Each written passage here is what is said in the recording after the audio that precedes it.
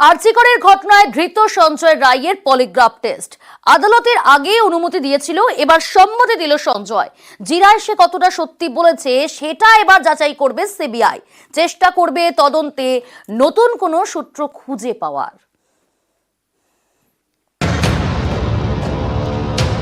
আরজিকরে মহিলা চিকিৎসককে ধর্ষণ, খুন, গ্রেফতার সিভিক ভলান্টিয়ার সঞ্জয় রায়। তাঁর বয়ানে সিবিআই নানা অসঙ্গতি পেয়েছে বলে দাবি।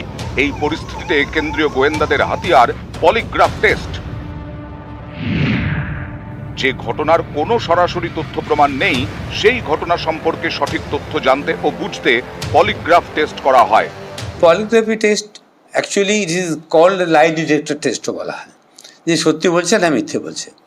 ওকে, দিয়ে অনেকটাই আন্দাজ করা যায় এবং তদন্তের পক্ষে খুব হেল্পফুল জিনিস। এটা একটা যেখানে আমরা বিব্রত হয়ে পড়েছি, আমরা বুঝতে পারছি না তিনি কথা ঘোরাচ্ছেন, যিনি হোক, যে ডাক্তার হোক বা অপরাধী হোক, যেই হোক, কথা ঘোরাচ্ছেন, বারে বারে একে কথা বলছেন, উল্টোপাল্টা কথা বলছেন, তার কথার সঙ্গে অসঙ্গতি থাকছে এবং তিনি বলছেন আমি সত্যি কথা বলছি।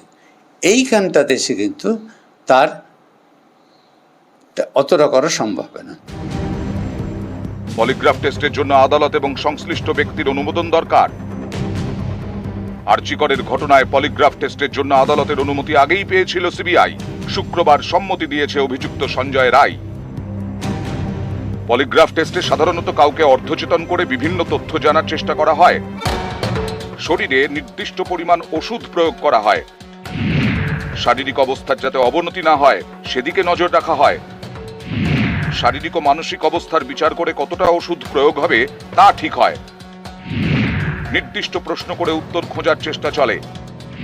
যখন দেখা যায় বুদ্ধিমত্তার প্রয়োগ ঘটিয়ে মিথ্যে উত্তর দিতে পারছে না, তখন সংশ্লিষ্ট ব্যক্তিকে নির্দিষ্ট প্রশ্ন করা হয়। যে উত্তরের মাধ্যমে ঘটনা সম্পর্কে বিশদে জানা যায়, সেই উত্তর পেতে নির্দিষ্ট প্রশ্ন করা হয়। এটা তিনটে টেস্ট আছে সাধারণত হয়: pre test, test, post test. মানে পরীক্ষার আগে তার কিছু ইন্টারভিউ নেওয়া হয়।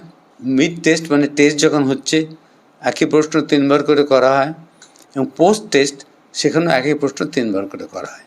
এগুলো করে ক্যালকুলেশন করে তারপরে স্কোর দেখা হয়।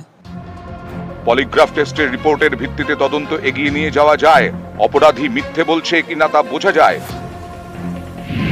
কেউ মিথ্যে বললে সাধারণত তার হৃদস্পন্দন, রক্তচাপ, পালস রেটের পরিবর্তন হয়। অনেকে ঘামতে শুরু করেন। এই টেস্টের মধ্যে দিয়ে চারটে জিনিস মূলত আমরা দেখি। একটা হচ্ছে pulse rate, that means heart rate, আর একটা হচ্ছে ব্রিদিং রেট, আর একটা হচ্ছে ব্লাড প্রেশার, আর হচ্ছে স্কিন কন্ডাকশন, মানে perspiration of the skin. Perspiration of the skin মানে আপনারা জানেন skin is the mirror of mind. তার মানে আমরা যখনই কোনো অপরাধ করি, ভয় পাই, ঘাম হয়, হয়, মুখ ধরপড় করে। সিবিআই এর এখন হাতিয়ার পলিগ্রাফ টেস্ট, কিন্তু এই পলিগ্রাফ টেস্টের রিপোর্ট আদালত গ্রাহ্য নয়। আদালতে প্রমাণ হিসেবে পেশ করা যায় না। তবে পলিগ্রাফ টেস্ট থেকে তদন্তের সূত্র মিলতে পারে। সেই সূত্র ধরে তদন্ত এগিয়ে নিয়ে যাওয়া যায়। তাই তদন্তকারীদের কাছে পলিগ্রাফ টেস্ট গুরুত্বপূর্ণ। আরজিকরের ঘটনায় মোট 6 জনের পলিগ্রাফ টেস্ট করার জন্য আদালতের অনুমতি পেয়েছে সিবিআই। ধৃত সঞ্জয় রায়, আরজিকরের প্রাক্তন অধ্যক্ষ সন্দীপ ঘোষ এবং নিহত চিকিৎসকের 4 সহকর্মী। বৃহস্পতিবার সন্দীপ ঘোষ এবং 4 চিকিৎসক পলিগ্রাফ টেস্টের সম্মতি দেন। শুক্রবার সম্মতি দেয় ধৃত সঞ্জয় রায়। এদিন তাকে 14 দিন জেল হেফাজতের নির্দেশ দেয় শিয়ালদা আদালত। নিউজ 18 বাংলা।